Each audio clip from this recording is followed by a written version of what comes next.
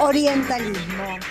Vamos a hablar, tal como hablamos hace un par de semanas, de Fanon, de Frantz Fanon, como uno de los pilares de los estudios postcoloniales, que esta es mi opinión. Yo creo que hay que volver a desempolvar todo ese material que quedó, que en general es de la década de 60, 70, y que quedó un poco fuera de órbita. Estamos muy rodeados de surcoreanos, de filósofos quizá un poco posmodernos, que nos hablan y a veces nos dicen cosas que nos orientan, porque estamos todos desorientados en esta época. Y Edward Said, que es quien escribió un libro fundamental y crucial en los estudios postcoloniales que se llama Orientalismo, lo escribió en el 78. Said nació en Jerusalén, había nacido en Jerusalén en el 35, en una familia árabe cristiana. Y fue, digamos, parte de cerca de los 800.000 habitantes de Jerusalén que fueron corridos en el 47 de las tierras que habitaban ancestralmente cuando se instaló el Estado de Israel, y a partir de ahí, bueno, su familia emigró a Estados Unidos. Él hizo una carrera académica brillante, ha sido un profesor de lengua inglesa y literatura comparada en Columbia, ha sido profesor en Harvard. Les comentaba al principio que quizás su nombre sonó quizá por última vez, muy cerca del momento de su muerte en 2003, cuando tuvo la iniciativa junto con Daniel Barenboim de fundar aquella orquesta mixta entre israelíes y palestinos, porque Said era un pacifista. Toda la obra de Said tenía que ver con volver a la cordura a una zona que había entrado en una locura imperialista. Y ahí no tenía que ver solamente el Estado de Israel, sino que en la obra de Said de lo que se habla es del imperialismo en general. Y por supuesto, cuando se habla de imperialismo en general, no se podía dejar de hablar de lo que surgía del país donde él había desarrollado toda su carrera y donde daba clases, que era Estados Unidos. La palabra orientalismo es, o el concepto, mejor dicho, que él desarrolla en el libro, ya estaba imbuida de todo lo que él había observado. Nunca fue un académico de claustro, siempre fue un académico con activismo político. Tuvo muchísima relación y afinidades con Yasser Arafat, y defendió en su momento a la OLP como la herramienta de paz en esa región. Y si uno recuerda y repasa, a mí me tocó en esa época cubrir política internacional en un diario. Bueno, con Yasser Arafat hubiese sido posible la paz de una manera muy sencilla. En realidad, si hubiese habido decisión de no mantener, y a esto quiero llegar para hablar del tema de orientalismo, porque no es un libro sobre israelíes y palestinos, sino sobre cómo ya desde unos años antes, Estados Unidos se trazó una estrategia, y esta estrategia de la que habla Said en Orientalismo nos tiene que rebotar en algún lugar a nosotros en la Argentina, y nos tiene que servir, que para eso se supone que uno hace estas columnas, ¿no? Porque toda esa geopolítica, toda esa planificación imperial que tuvo en la década del 70 Estados Unidos y que nunca abandonó, sigue en la misma lógica. Es la única lógica que parece que comprende. Estados Unidos es un país que no comprende de cooperación, es un país que solo comprende de dominación. Y para dominar necesita colonizar. Por eso yo insisto tanto en que tenemos que dejar de pensar que el rebote de la palabra colonización llega hasta la colonización española del siglo XV, sino que esa colonización fue adoptando a lo largo de los siglos diferentes formas, pero no modificó la relación de fuerza entre los colonizadores y los colonizados. Fueron cambiando los colonizadores y los colonizados seguimos siendo los mismos. Una de las cosas que dice Said en este libro del 78 es que bajo la palabra orientalismo, que es un concepto crítico, él lo usa muy críticamente, Occidente elaboró una representación despreciativa de Oriente, de las sociedades y pueblos de todo Asia, de África del Norte, de Oriente Medio, y entendido de esta manera, está estrechamente ligado a cómo desde las fuentes del imperio, desde los centros del imperio, primero se prepara la opinión pública mundial para que ese otro oriental, diferente, generalmente de tez oscura, de costumbres que uno no comprende, de religiones con las que uno no está familiarizado, es necesariamente alguien a combatir. El adversario es el otro, ¿le suena? Bueno, yo creo que hay que linkear por ahí. No porque estén replicando lo mismo que Estados Unidos con Oriente, pero es el mismo patrón mental. Es el mismo patrón mental que hace que no haya ninguna posibilidad de lógica de acuerdo, por eso no hay debates, por eso no... ¿Qué va a decir? Como dijo Bush en su momento, después de invadir Irak. Si decíamos que ya sabíamos que las armas químicas no existían, ¿cómo íbamos a ir a la guerra? ¿Cómo justificábamos? Eso se dijo. Y sin embargo el mundo siguió andando. Y murieron miles y miles de iraquíes que no eran combatientes. Primero, que no tenían armas químicas.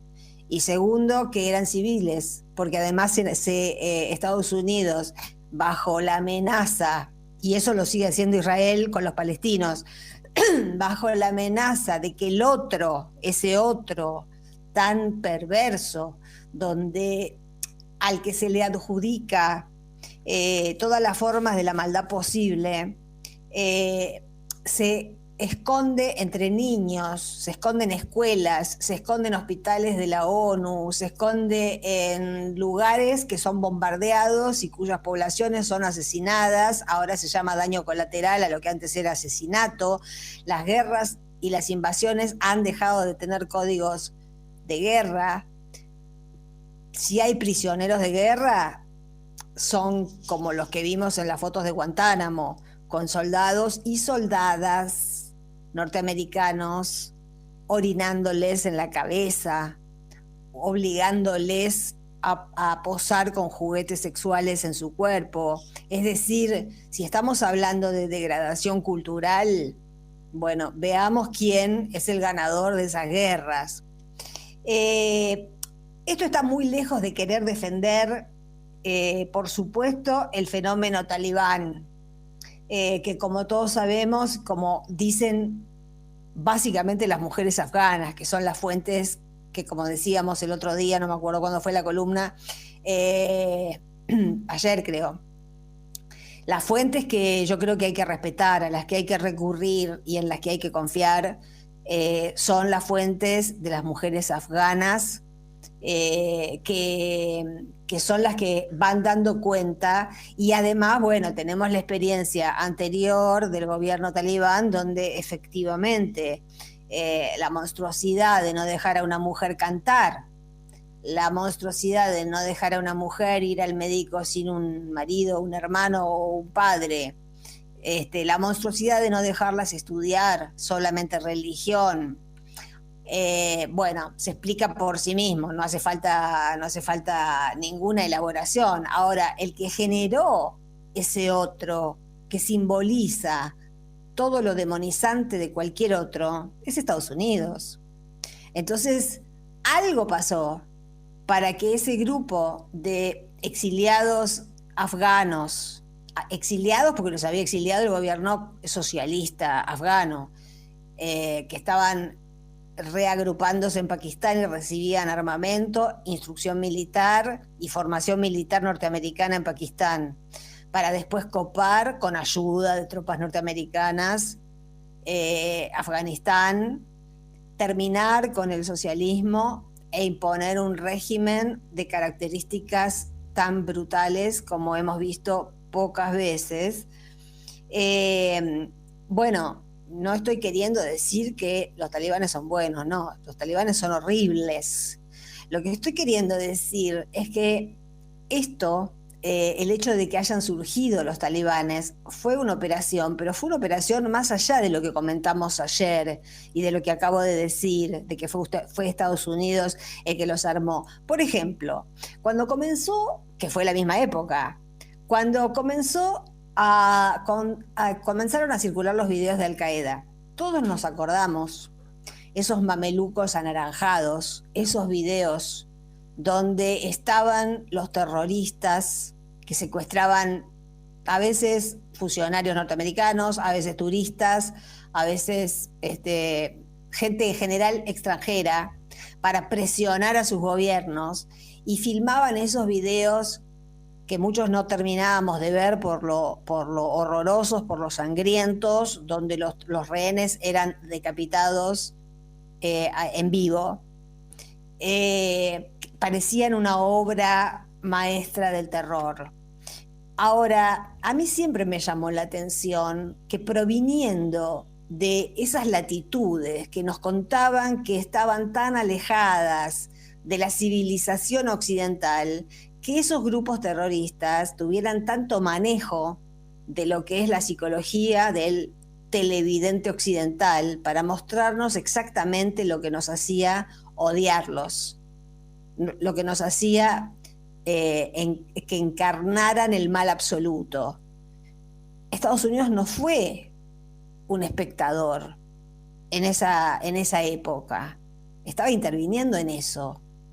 Había un know-how de cómo horrorizar a la opinión pública. Said en Oscurantismo también narra, y esto también es algo que a mí, a nosotros desde el punto de vista periodístico, nos tiene que interesar e interpelar. Desde la década del 70, los medios de comunicación que ya empezaban a concentrarse y ya empezaban a idear un estilo de gobierno de cogestión entre ellos, que eran los que tenían el poder de la opinión publicada, y respectivos gobiernos que estaban en sintonía, fueron retirando corresponsales de todas partes del mundo. Lo vemos ahora mismo con la pandemia, lo podemos ver en cualquier situación fuera de toda esta lógica de guerra. ¿Cómo nos enteramos de qué pasa con la pandemia en diferentes lugares del mundo? ¿Porque los medios pagan corresponsales? No. Nos enteramos porque hay una piba que se fue a vivir a Sicilia y entonces sale los sábados de Sicilia y nos cuenta lo que le parece. Nos enteramos porque hay otro pibe que se fue a vivir a otro lugar del mundo, y entonces tenemos, por ejemplo, en ese canal que vemos a veces, noción e información, que esto es lo peor, porque es una información acrítica. ¿Qué le van a decir los que están en el piso si el pibe o la piba que están ahí, que en realidad se dedican al teatro, se dedican a hacer títeres, hacen empanadas, son personas comunes y corrientes? Entonces dicen lo que saben, ellos no tienen no hay ninguna objeción que hacerles, los llaman y ellos cuentan, pero nos hemos acostumbrado como espectadores a que la información la recibimos de cualquiera, porque el que está acá no tiene ninguna posibilidad de rebatir nada o de hacer ninguna pregunta que complete la información, porque la verdad que los que están acá tampoco entienden nada. Los que últimamente aparecen en la pantalla, uno dice, pero ¿y de dónde salió?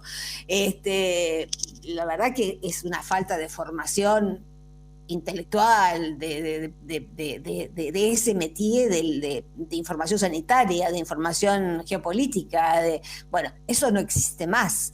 Entonces, como eso, que lo podemos ver con la pandemia, ha sucedido también en muchos conflictos graves, armados, donde ha disminuido drásticamente la cantidad de corresponsales extranjeros, que antes eran una tradición en el periodismo. Antes había gente que ingresaba a la facultad de periodismo o de comunicación porque tenía como interés ser corresponsal de guerra o ser corresponsal en el extranjero.